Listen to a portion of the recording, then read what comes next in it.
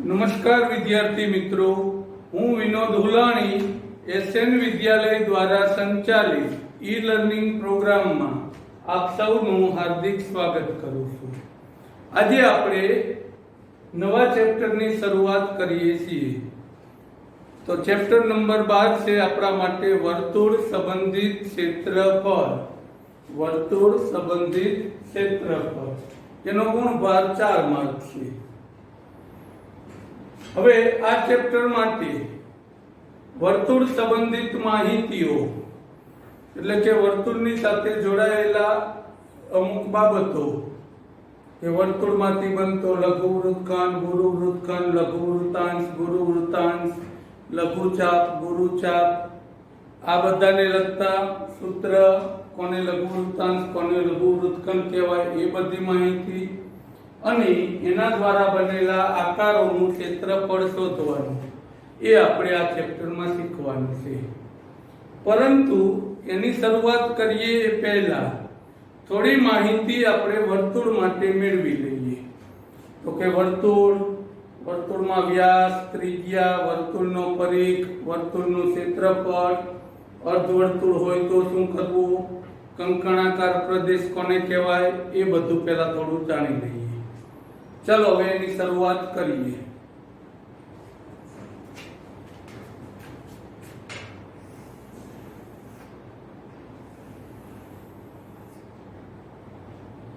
વર્તુળ એક સમતલીય આકૃતિ છે। વર્તુળની વ્યાખ્યા એ 9મા ધોરણમાં શીખી ગયા હતા કે સમતલના કોઈ નિશ્ચિત બિંદુથી અચળ ધન અંતરે આવેલા બિંદુઓના ગણને વર્તુળ કહેવાય। જેમાં નિશ્ચિત બિંદુ છે એને વર્તુળનું કેન્દ્ર કહીએ છીએ અને આ બિંદુ અને આ વર્તુળના કોઈ પણ ભાગને જોડતો રેખાખંડ આને આપણે વર્તુળની ત્રિજ્યા કહીએ છીએ અને વર્તુળના કેન્દ્રમાંથી પસાર થતી હોય એવી જીવા હોય તો એને વર્તુળનો શું કહીએ છીએ, વ્યાસ। એની હવે અત્યારે જાજી ચર્ચા નથી કરતા પણ જરૂર છે એટલી। તો વ્યાસ અને ત્રિજ્યા વચ્ચેનો સંબંધ સૌથી પહેલા व्यास અને ત્રિજ્યા વચ્ચેનો સંબંધ તો વ્યાસ બરાબર 2 ગુણ્યા ત્રિજ્યા એટલે કે ત્રિજ્યા આપેલી હોય ને વ્યાસ શોધવાનો કે તો એને 2 વડે ગુણવા પડે તો વ્યાસ બરાબર 2 ગુણ્યા ત્રિજ્યા। હવે બીજું એને સંકેતમાં લખવું હોય તો વ્યાસને સંકેતમાં d વડે દર્શાવાય, ડાયામીટર, અને ત્રિજ્યા છે એને સંકેતમાં r વડે દર્શાવાય, રેડિયસ। તો d બરાબર 2 ગુણ્યા r એટલે d બરાબર 2r આવું થશે। આ વ્યાસ ઉપરથી ત્રિજ્યા ઉપરથી વ્યાસ મેળવવા માટે હવે આને ઊંધું લઈએ એટલે કે ત્રિજ્યા શોધવી હોય અને વ્યાસ આપેલો હોય તો ત્રિજ્યા શોધવાનું સૂત્ર ત્રિજ્યા બરાબર વ્યાસ ભાગ્યા 2। સંકેતમાં લખવું હોય તો ત્રિજ્યા એટલે r, વ્યાસ એટલે d, તો r બરાબર d ના છેદમાં 2, r બરાબર d ના છેદમાં 2। આ તો વ્યાસ અને ત્રિજ્યા વચ્ચેનો સંબંધ। હવે વર્તુળનો પરિઘ અથવા જેને પરિમિતિ કહેવાય, વર્તુળની ફરતી ધાર છે એની લંબાઈ અને વર્તુળનો પરિઘ કહેવાય। ચોરસ હોય કે ત્રિકોણ હોય તો એની બધી બાજુનો સરવાળો એને આપણે ચોરસની પરિમિતિ કહીએ છીએ। વર્તુળ એક માટે પરિઘ શબ્દ વપરાય છે, બાકીના આકાર માટે પરિમિતિ શબ્દ વપરાય છે। હવે વર્તુળનો પરિઘ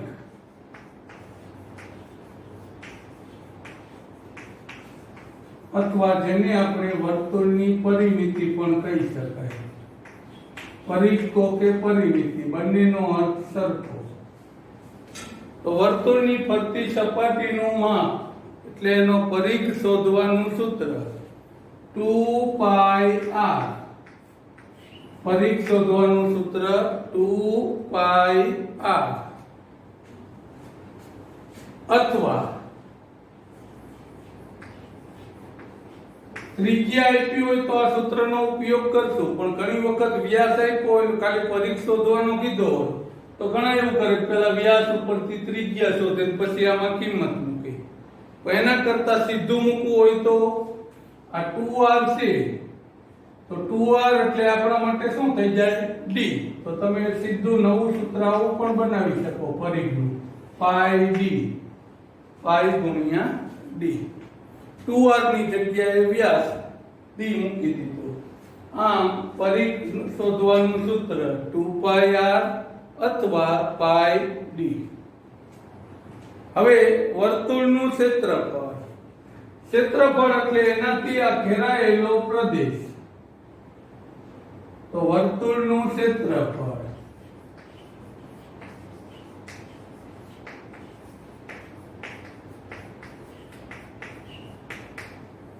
વર્તુળનું ક્ષેત્રફળ શોધવાનું સૂત્ર પાઈ r વર્ગ, પાઈ r વર્ગ. હવે આમાં પણ કીધું એમ આપણે મોટે ભાગે આ જ સૂત્ર વાપરીએ છીએ. વ્યાસ આપ્યો હોય તો ત્રિજ્યા શોધીને પાઈ r વર્ગમાં મૂકીએ છીએ. પરંતુ ડાયરેક્ટ કદાચ કોઈને નવું સૂત્ર લખવું હોય તો એવું તમે કહી શકો આ r ની જગ્યાએ d ના છેદમાં 2 મૂકી દો એટલે ઉપર d નો વર્ગ થઈ જાય, નીચે 2 નો વર્ગ કેટલો થઈ જશે 4. એટલે ક્યાંક કદાચ કંઈક જુદી રીતે ફેરવીને પૂછે વાક્ય તો આને તમે આ સ્વરૂપમાં પણ રજૂ કરી શકશો પાઈ d નો વર્ગ છેદમાં 4, પાઈ d નો વર્ગ છેદમાં 4. આ વર્તુળનું ક્ષેત્રફળ શોધવાના સૂત્ર. હવે વર્તુળની સાથે સાથે અર્ધવર્તુળ, વર્તુળનો ચતુર્થાંશ એ બંનેનો પણ થોડો અભ્યાસ કરતા જઈએ કે જેથી આગળ જતા ક્યાંક કામ આવે. હવે અર્ધવર્તુળની વાત કરીએ. અર્ધવર્તુળ એટલે આખું વર્તુળ છે. આના કોઈ એક વ્યાસને દોરી એના 2 ભાગ કરીએ તો પ્રત્યેક ભાગને અર્ધવર્તુળ કહેવાય. ટૂંકમાં અર્ધું વર્તુળ.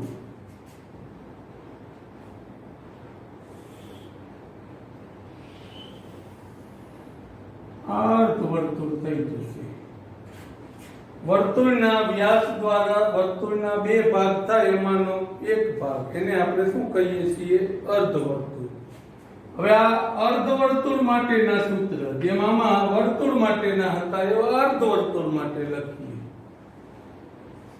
તો સૌથી પહેલા અર્ધવર્તુળની પરિમિતિ, અર્ધવર્તુળની પરિમિતિ. આ અર્ધવર્તુળની પરિમિતિ શોધવાનું સૂત્ર. પરિમિતિ એટલે એની ફરતી ધારનું માપ. વિચારો કે આની પરિમિતિ કેટલી થાય. આ આખો આમ વર્તુળાકાર ભાગ હોય તો એનું આપણે 2πr કીધું હતું. આ અડધો છે તો 2πr ના અડધા કેટલા થઈ જાય પાઈ r વત્તા પાઈ r વત્તા આ નીચેનો ભાગ તો એ આપણા માટે વ્યાસ થશે. વ્યાસ એટલે d લખી શકાય. અહીંયા r માં સંબંધ છે તો એમાં r માં લખીએ તો વ્યાસની જગ્યાએ r ને r એટલે કેટલા r થઈ જાય 2r. એટલે પાઈ r વત્તા 2r આવું સૂત્ર બનાવશું આપણે. અર્ધવર્તુળની પરિમિતિનું સૂત્ર પાઈ r વત્તા 2r. હવે અર્ધવર્તુળનું ક્ષેત્રફળ આમાંથી r સામાન્ય કાઢી કૌંસમાં પાઈ વત્તા 2 એમ લખી શકાય. અર્ધવર્તુળનું ક્ષેત્રફળ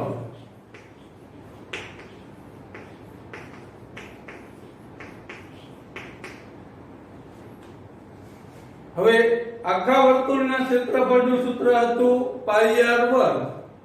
તો અડધા વર્તુળનું શોધવું હોય તો આપણે કેટલા વડે ભાગી નાખવાના 2 વડે. એટલે કે આપણું સૂત્ર આવું થઈ જાય 1/2 પાઈ r વર્ગ, 1/2 પાઈ r વર્ગ, 1/2 પાઈ r વર્ગ. d સ્વરૂપમાં લખવું હોય તો છેદમાં 4 છે એની જગ્યાએ 8 આવી જાય. 2 બીજા આવે એટલે 4 દુ 8. પણ આપણે આનો જ ઉપયોગ કરશું r વાળાનો. આમ અર્ધવર્તુળની પરિમિતિ કે તો પાઈ r વત્તા 2r અને અર્ધવર્તુળનું ક્ષેત્રફળ કે તો 1/2 પાઈ r વર્ગ. આ વાત થઈ આપણા માટે અર્ધવર્તુળની. હવે વર્તુળનો ચતુર્થાંશ, વર્તુળનો ચતુર્થાંશ, ચતુર્થાંશ એટલે ચોથો ભાગ. કોઈ આખું વર્તુળ હોય, આ વર્તુળની આ એક વ્યાસ દોરો એટલે એના બે સરખા ભાગ કરીએ. હવે આને લંબ બીજો વ્યાસ દોરી નાખીએ તો એના 4 સરખા ભાગ થશે. આ દરેક ભાગને એ વર્તુળનો ચતુર્થાંશ કહેવાય. ચતુર્થાંશ છે એટલે અહીંયા કાટખૂણો બનાવતા હોય એ રીતે વર્તુળના કેટલા ભાગ થશે? 4, અને પ્રત્યેક ભાગને વર્તુળનો ચતુર્થાંશ કહીશું. આપણા માટે આકૃતિ કંઈક આવી થશે.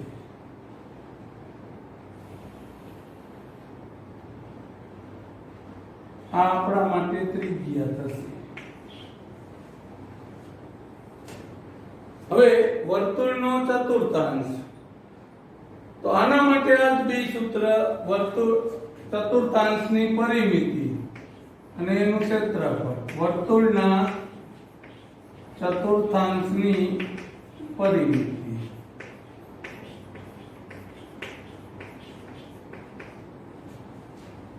તો ચતુર્થાંશની પરિમિતિ કેટલી થશે? પરિમિતિ એટલે એની બધી બાજુનો સરવાળો. તો હવે આ ભાગ કેટલો થાય? તો કે આખો હોય તો એ પાઈ r હતો અર્ધવર્તુળનો. હજુ એનો અડધો કરીએ તો પાઈ r નો અડધો એટલે પાઈ r ના છેદમાં 2 વત્તા સાથે આ ત્રિજ્યા વત્તા આ ત્રિજ્યા. તો કેટલી ત્રિજ્યા થશે? 2 ત્રિજ્યા એટલે 2r. તો આપણા માટે સૂત્ર આવું થશે: પાઈ r છેદમાં 2 વત્તા 2r. આ થશે વર્તુળના ચતુર્થાંશની પરિમિતિ. હવે વર્તુળના ચતુર્થાંશનું ક્ષેત્રફળ.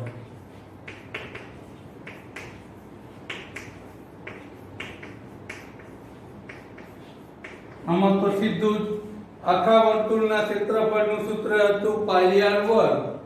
તો ચોથો ભાગ હોય તો એનું સૂત્ર થઈ જશે 1/4 પાઈ r વર્ગ. ટૂંકમાં આખા વર્તુળના ક્ષેત્રફળનો ચોથો ભાગ, એને આપણે વર્તુળનો ચતુર્થાંશ કહીશું. હવે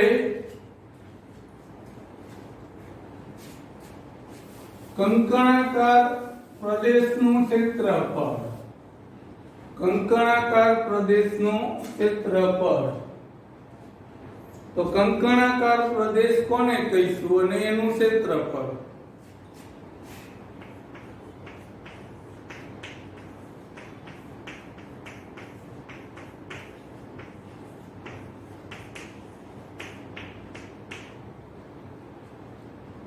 કંકણાકાર પ્રદેશ એટલે શું? તો બે વર્તુળ વચ્ચેનો ભાગ, એને આપણે કંકણાકાર પ્રદેશ કહીશું. બે સમકેન્દ્રી વર્તુળો, સમકેન્દ્રી એટલે કેન્દ્ર એક જ હોય, ત્રિજ્યા અલગ હોય. દાખલા તરીકે આ O કેન્દ્ર લઈ આ r જેટલી ત્રિજ્યા લઈને દોરેલું એક વર્તુળ. હવે આ જ રીતે O ને કેન્દ્ર લઈ બીજી કોઈ ત્રિજ્યા લઈને આ દોરેલું વર્તુળ. તો આ બંનેની વચ્ચેનો આ જે ભાગ છે, આ ભાગને કહેવાય કંકણાકાર પ્રદેશ. આને કહેવામાં આવે કંકણાકાર પ્રદેશ.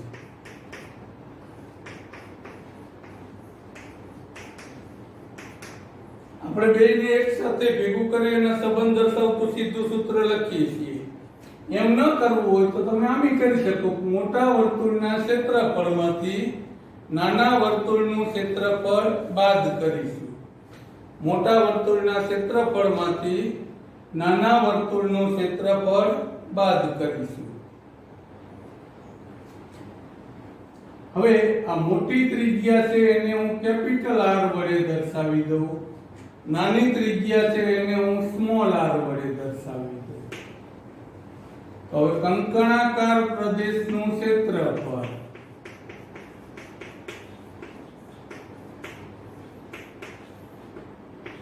બરાબર, તો મોટા વર્તુળના ક્ષેત્રફળનું સૂત્ર થશે પાઈ r વર્ગ માઈનસ નાના વર્તુળનું સૂત્ર થશે પાઈ r વર્ગ. કીધું એમ બે અલગ અલગ શોધીને બાદબાકી કરો તોય ચાલે, પણ એમ ન કરવું હોય તો એક સાથે પાઈ r વર્ગ માઈનસ પાઈ r વર્ગ બંનેમાંથી પાઈ સામાન્ય નીકળી જાય, તો આવું થઈ જાય r વર્ગ માઈનસ r વર્ગ. આના અવયવ x વર્ગ માઈનસ y વર્ગ એવું કંઈક સૂત્ર આવતું, એક વાર ઓછા ને એક વાર વધતા. એટલે આપણે ડાયરેક્ટ આ નીચે લખેલા સૂત્રનો ઉપયોગ કરીને એનું ક્ષેત્રફળ શોધી શકાશે. આ થશે કંકણાકાર પ્રદેશનું ક્ષેત્રફળ શોધવાનું સૂત્ર. આમ આટલા સૂત્રની આપણે જરૂર પડશે, તો આ બધા સૂત્રનો કેવી રીતે ઉપયોગ કરવો એને આપણે દાખલાઓ જેમ આવતા જશે એમ એ પ્રમાણે ગણતા જઈશું. કેટલી બાબતો કીધી? સૌથી પહેલા વર્તુળ,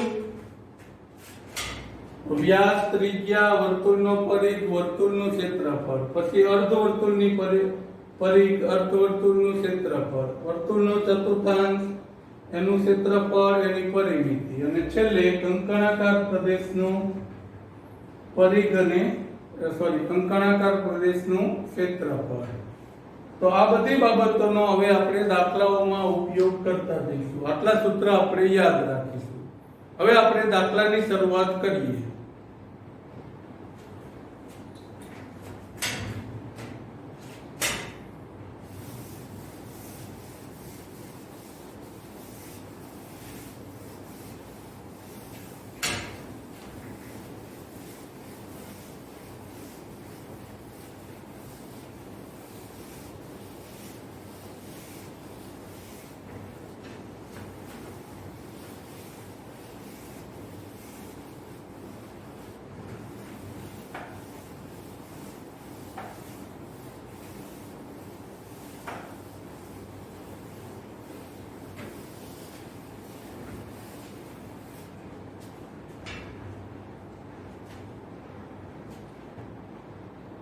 હવે આપણે સ્વાધ્યાય 12.1 ની શરૂઆત કરીએ. સ્વાધ્યાય 12.1 નો પહેલો દાખલો ગણીએ છીએ. સ્વાધ્યાય 12.1 નો પહેલો દાખલો.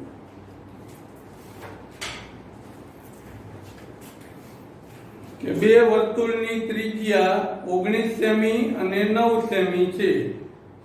જે વર્તુળનો પરિઘ આ બે વર્તુળના પરિઘના સરવાળા જેટલો થતો હોય તો તે વર્તુળની ત્રિજ્યા શોધો. જો હવે આની સાથે સાથે બીજા દાખલાની રકમ પણ જોઈ લઈએ. આના જેવો જ દાખલો છે કે બે વર્તુળની ત્રિજ્યા 8 સેમી અને 6 સેમી છે.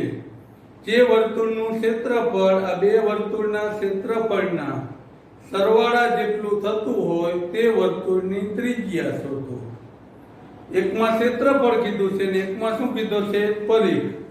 હવે પહેલા પહેલો દાખલો ગણીએ પછી બીજો ગણીશું.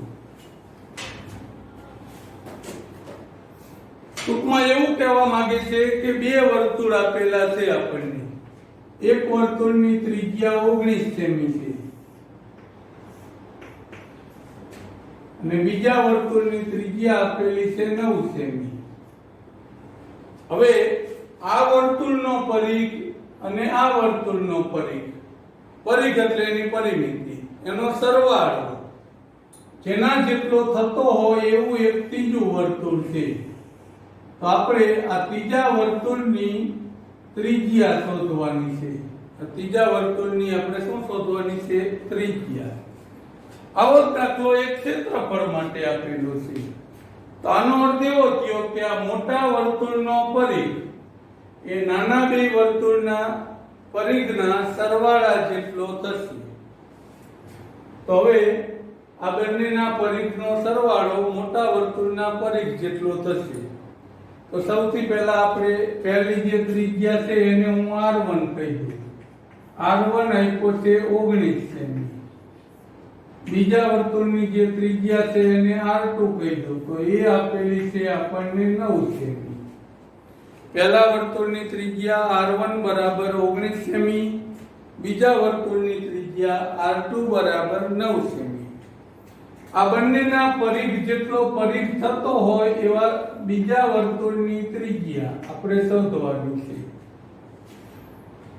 તો આનો અર્થ એવો થયો કે મોટા વર્તુળનો પરિઘ જે છે એ બાકીના બે વર્તુળના પરિઘના સરવાળા જેટલો થશે. તો હવે આપણે આ બંનેના પરિઘનો સરવાળો અલગ શોધી નાખો તોય ભલે, અને એક સાથે બે કામ ભેગું કરીએ તોય ભલે. આનો અર્થ એવો થશે કે મોટા વર્તુળનો પરિઘ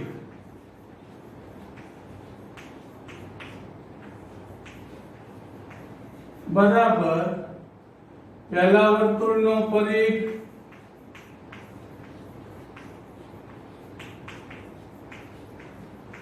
વત્તા બીજા વર્તુળનો પરિઘ.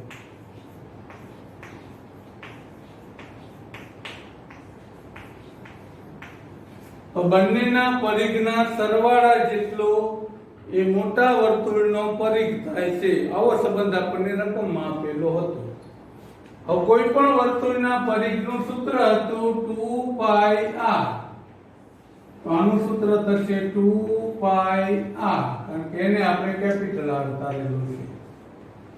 આના માટે આપણે ધાર્યો તો R1, તો આના માટે સૂત્ર થશે 2πr1 વત્તા આનું સૂત્ર થશે 2πr2.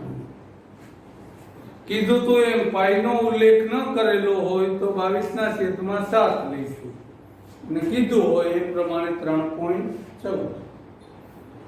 હવે આ બંનેમાંથી 2π સામાન્ય નીકળે છે તો સીધા કાઢી શકાય. ઘણા અલગ અલગ શોધે પાઈ ની કિંમત મૂકે, પણ બંને બાજુ પાઈ છે તો ઉડી જવાનું છે, કિંમત મૂકવાની કોઈ જરૂરિયાત નથી. તો 2πr બરાબર આમાંથી 2π સામાન્ય કાઢી લો તો અહીંયા વધશે R1 વત્તા R2. 2π કૌંસમાં R1 વત્તા R2. આ 2π છેદમાં જશે એટલે આની સાથે આ ઉડી જશે, ડાયરેક્ટ ઉડાડી દો તોય બરાબર. હવે R બરાબર R1 ની કિંમત ઉપરથી મૂકી દો 19 વત્તા R2 ની જગ્યાએ 9, તો 19 વત્તા 9 એટલે 28. આમ ટૂંકમાં ગમે ત્યારે બે વર્તુળની ત્રિજ્યા આપેલી હોય અને એના જેટલો પરિઘ થતો હોય એવું કોઈ ત્રીજું વર્તુળ હોય તો મોટા વર્તુળની ત્રિજ્યા એ નાના બંને વર્તુળની ત્રિજ્યાના સરવાળા જેટલી થશે. ખાસ પરિઘ હોય ત્યારે જ આ લાગુ પડે.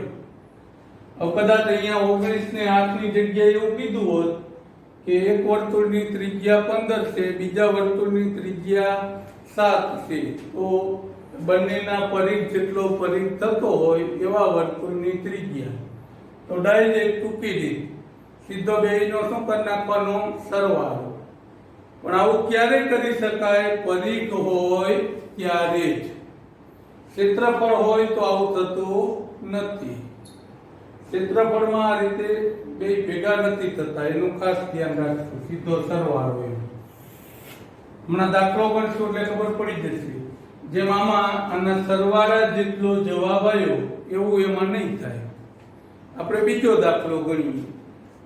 જેમાં આપણને એવું કીધું હતું કે બે વર્તુળોની ત્રિજ્યા, એકને કીધી હતી 8 સેમી, બીજાને કીધી હતી 6 સેમી. હવે આ બંને વર્તુળોનું જેટલું ક્ષેત્રફળ થતું હોય, એટલે કે આને 8 સેમી કીધી અને 6 સેમી, તો આનો આ ક્ષેત્રફળ અને આનું ક્ષેત્રફળ બેયનો સરવાળો જેના જેટલું થતું હોય એવું એક ત્રીજું વર્તુળ છે. તો આપણે આ ત્રીજા વર્તુળનું ત્રિજ્યા શોધવાની છે. હવે આના આધારે એની ત્રિજ્યા કેવી રીતે મેળવવી એની વાત કરીએ કે બંને વર્તુળના આધારે એની ત્રિજ્યા કેવી રીતે મેળવીશું. તો નાના વર્તુળ બે હતા, એમાં એકને R1 કહી દીધો 8 સેમી, બીજાને R2 કહી દીધો 6 સેમી. હવે આપણે જે શોધવાનું છે એ મોટા વર્તુળને આપણે R કહી દઈએ, તો R આપણે શોધવાનું. આમાં જેમ પરિઘનો ઉપયોગ કર્યો એમાં દાખલામાં શેનો ઉપયોગ કરવાનો છે? ક્ષેત્રફળનો. પરિઘની જેમ ક્ષેત્રફળનો ઉપયોગ કરીશું.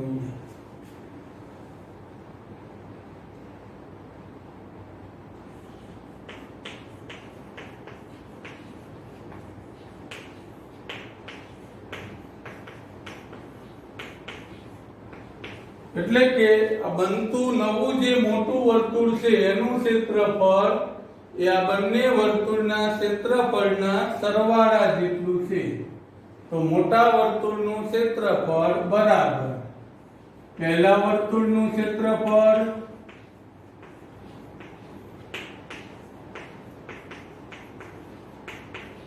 વત્તા બીજા વર્તુળનું ક્ષેત્રફળ.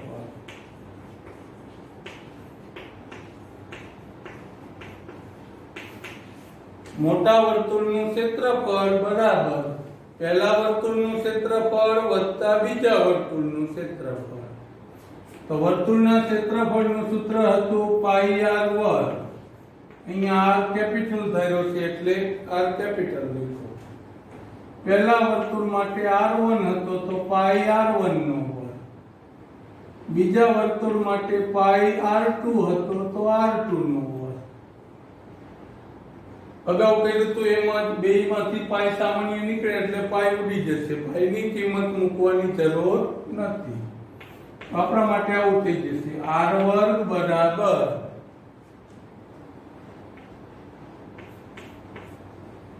પાઈ અત્યારે રાખીએ સીધું r1 નો વર્ગ વત્તા r2 નો વર્ગ.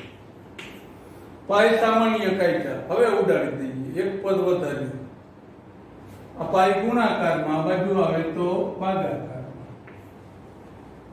તો આપણા માટે થશે r નો વર્ગ બરાબર અહીંયા r1 નો વર્ગ, તો r1 એટલે 8 નો વર્ગ વત્તા r2 એટલે 6 નો વર્ગ. 8 નો વર્ગ 16 એમનો કહેતા 8 નો વર્ગ એટલે 8 ગુણ્યા 8 64.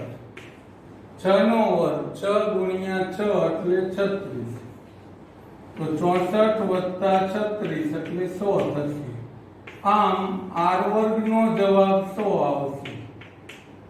તો આપણે ખાલી r શોધવો છે તો વર્ગ કાઢવા માટે બે બાજુ શું લેવું પડે? વર્ગમૂળ. તો 100 નું વર્ગમૂળ 10. આમ r બરાબર 10 સેન્ટીમીટર આવું થશે. r બરાબર 10 સેન્ટીમીટર. જો આગળના દાખલામાં એવું કીધું તો પરિઘ કીધો હોય સરખો તો બંને ત્રિજ્યાના સરવાળા જેટલો જવાબ આવે. પણ જો ક્ષેત્રફળ કીધું હોય તો એનો જવાબ એટલો આવતો નથી. આમાં 10 આવ્યો, હકીકતમાં 8 અને 6 નો સરવાળો 14 થાય, એટલો આવતો નથી. એટલે ખાસ ક્ષેત્રફળ હોય ત્યારે સીધું ટૂંકમાં જવાબ નહીં લખવાનો કે આગળની બે ત્રિજ્યાના સરવાળા જેટલો થશે. હવે ત્રીજો દાખલો, જેમાં કંકણાકાર પ્રદેશની વાત આવે છે. ત્રીજા દાખલામાં કંકણાકાર પ્રદેશ.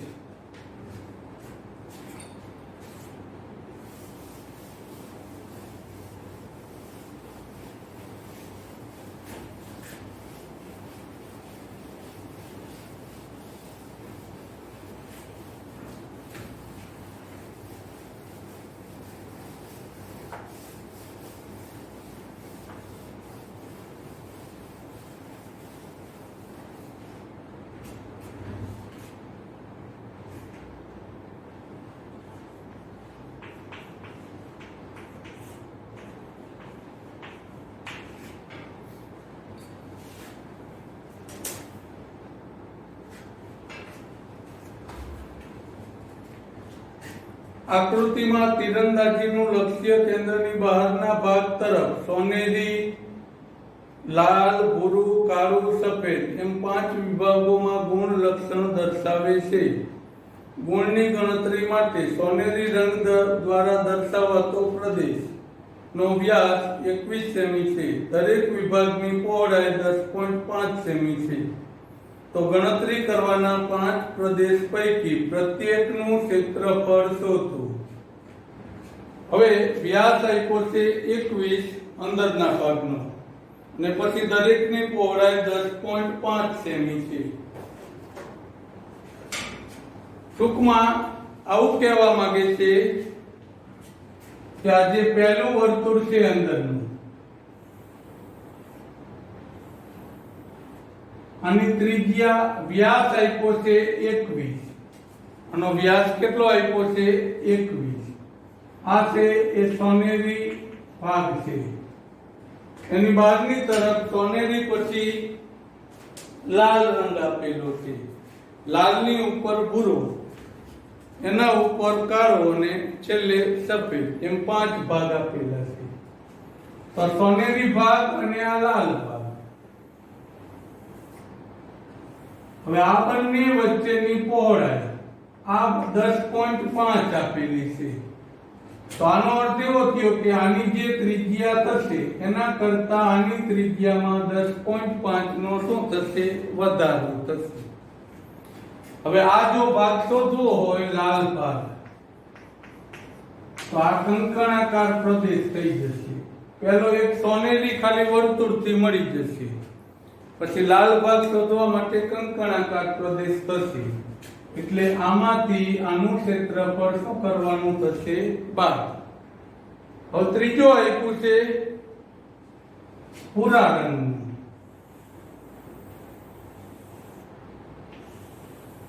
તો આ ભૂરો રંગ શોધવો હોય તો એના માટે એક વસ્તુ કે આ કંકણાકારમાંથી આને આપણે શું કરવું પડશે? 12. એટલે આની ત્રિજ્યા કરતા પાછી આની ત્રિજ્યા છે એ 10.5 જેટલી વધશે. કેમ?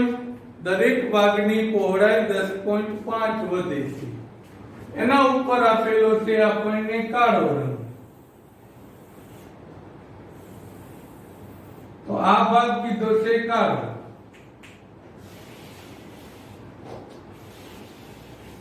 તો આ શોધવા માટે આ વર્તુળમાંથી આ વર્તુળને બેની ત્રિજ્યા ધ્યાનમાં લઈશું, કંકણાકાર પ્રદેશનું સૂત્ર. તો આના કરતા આની પહોળાઈ છે એ 10.5 વધે. અને છેલ્લો ભાગ જે આપ્યો છે એ સફેદ. એટલે આ રીતે આ સફેદ ભાગ છે. તો આની ત્રિજ્યા કરતા આની ત્રિજ્યા છે એ 10.5 જેટલી વધતી જશે. આ રીતે આપણે પાંચેય રંગનું ક્ષેત્રફળ શોધવાનું છે, 5 એ 5. તો સૌથી પહેલા સોનેરી ભાગ.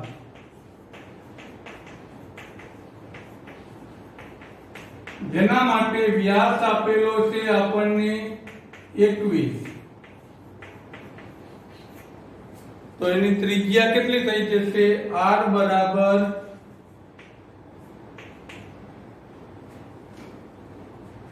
વ્યાસ બરાબર ત્રિજ્યા બરાબર વ્યાસ ભાગ્યા 2. તો 21 ભાગ્યા 2 એટલે 10.5 સેમી થશે. આની મદદથી આપણને સોનેરી ભાગનું સીધું ક્ષેત્રફળ મળી જશે. તો સોનેરી ભાગની ત્રિજ્યા આ થઈ ગઈ 10.5. 10.5 ત્રિજ્યા લઈ એ આપણે આ વર્તુળનું શું શોધી લઈશું? ક્ષેત્રફળ. કારણ કે એમાં એક જ વર્તુળ આવે છે. તો વર્તુળનું ક્ષેત્રફળ સૂત્ર હતું પાઈ r વર્ગ. અહીંયા r ની જગ્યાએ r1 લખો છે. પાઈ r1 નો વર્ગ. તો પાઈ એટલે 22/7.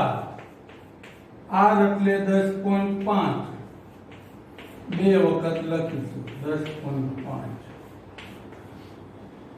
10.5 બે વખત, કારણ કે વર્ગ હતો. હવે થોડા ઘણા છેદ ઉઠતા હોય તો ઉડાડવાના, નહીં તો છેલ્લે ગુણાકાર કરી ભાગાકાર કરશું. 7 વડે ઉડાડીએ, 15 સત્તા 105, અને 2 વડે ઉડાડીએ તો 11, 2 વડે ઉડાડીએ તો 5, 5 વડે ઉડાડીએ તો 3, 11 ગુણ્યા 3 33 ગુણ્યા 105 કરવાના, પછી એક પોઈન્ટ મૂકી દઈશું. 33 ગુણ્યા 105, 33 ગુણ્યા 105, 33 વડે ગુણાકાર કરી નાખીએ. 5 6 4 3, એક પોઈન્ટ મૂકી દઈએ. એટલે આપણો જવાબ થશે 346.5 સેમીનો વર્ગ. આ થઈ ગયું આપણા માટે સોનેરી ભાગનું ક્ષેત્રફળ. હવે બીજો ભાગ લાલ રંગ માટે.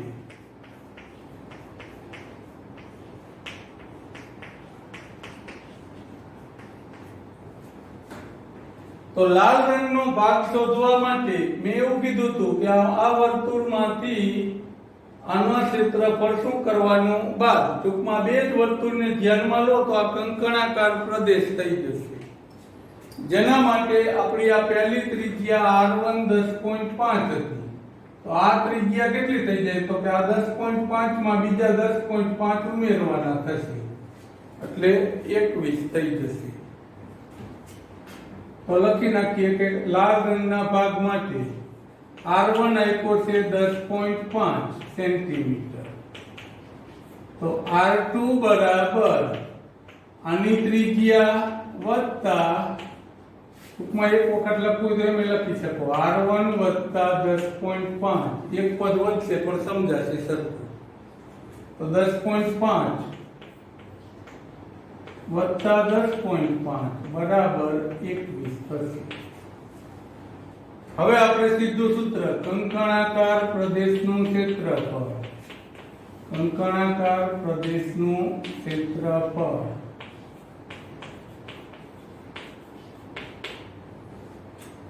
સીધું જે સૂત્ર હતું એ જ લખી નાખીએ. પાઈ r2 માઈનસ r1, પાઈ r2 વત્તા r1. એક વખત ઓછા ને એક વખત વત્તા, આવું કંઈક સૂત્ર લખાયું હતું. અને આખું લખો પેલા પાઈ r2 નો વર્ગ માઈનસ પાઈ r1 નો વર્ગ તોય ચાલે, પણ સીધા છૂટા પાડીને જ લખીએ છીએ. હવે કિંમત મૂકતા જઈએ તો પાઈ એટલે 22/7, r2 એટલે 21 માઈનસ 10.5, બીજા કૌંસમાં 21 વત્તા 10.5. તો 21 માંથી 10.5 બાદ કરો તો વધશે 10.5, અને 21 માં 10.5 ઉમેરો તો થઈ જશે 31.5. હવે પોઈન્ટ કાઢવાની છે, કેટલા મૂક દેવાના, 10, પછી છેદ ઉડાડવાના. તો 22/7 ગુણ્યા 105/10 ગુણ્યા 315/10. ચાલો છેદ ઉડાડીએ. તો 7 વડે 15, હમણાં કીધું હતું એવું, 2 વડે 11, 2 વડે 5, 5 વડે 3. તો આપણા માટે 315 ગુણ્યા 33 કરવાના થશે. 315 ગુણ્યા 33. તો 315 નો પેલા 3 વડે ગુણશો એટલે 945 આવે. ગુણાકાર કરી નાખશો, એક પોઈન્ટ મૂકી દેવાનો. 1039.5 એકમ આવશે સેમીનો વર્ગ. આ આપણા માટે લાલ ભાગ. હવે ત્રીજો, ચોથો, પાંચમો આ ત્રણેય ભાગ આ રીતે તમારે ગણવાના છે. આ થોડુંક સમજાવી દઉં, પછી એ પ્રમાણે પ્રયત્ન કરશું. કે ભૂરા રંગ માટે લેશો તમે તો એનું એક ત્રિજ્યા R2 છે એ આપણને આપેલો છે 21, પહેલું વર્તુળ આ પૂરો રંગ હોય તો એનું R ત્રિજ્યા 21 આપેલી છે. તો આ 21 માં 10 વધે એટલે આ 31.5 આવશે. 21 + 10 એટલે 31.5. તો આપણા માટે R2 21 થશે અને R3 આ 21 + 10.5 કરો એટલે 31.5 મળશે. હવે આ રીતે સૂત્ર લખશું R3 - R2, R3 + R2 અને દાખલો ગણીશું. એના પછી ચોથો ભાગ લેશો કાળા રંગનો, તો એમાં R3 31.5 આવશે અને R4 માં વળી પાછા 10 વધારશો એટલે 31 વત્તા એ 10 ઉમેરશું, 31.5 વત્તા 10.5 એટલે આપણને 42 મળશે. તો એમાં R4 42 ને R3 31.5 મૂકી આ રીતે સૂત્ર મૂકીને ગણીશું. આ રીતે એ ત્રણેય ભાગ તમારે પૂરા કરવાના છે ગણીને જાતે. આજે અહીંયા આપણું કામ આટલેથી પૂરું કરીએ. આભાર.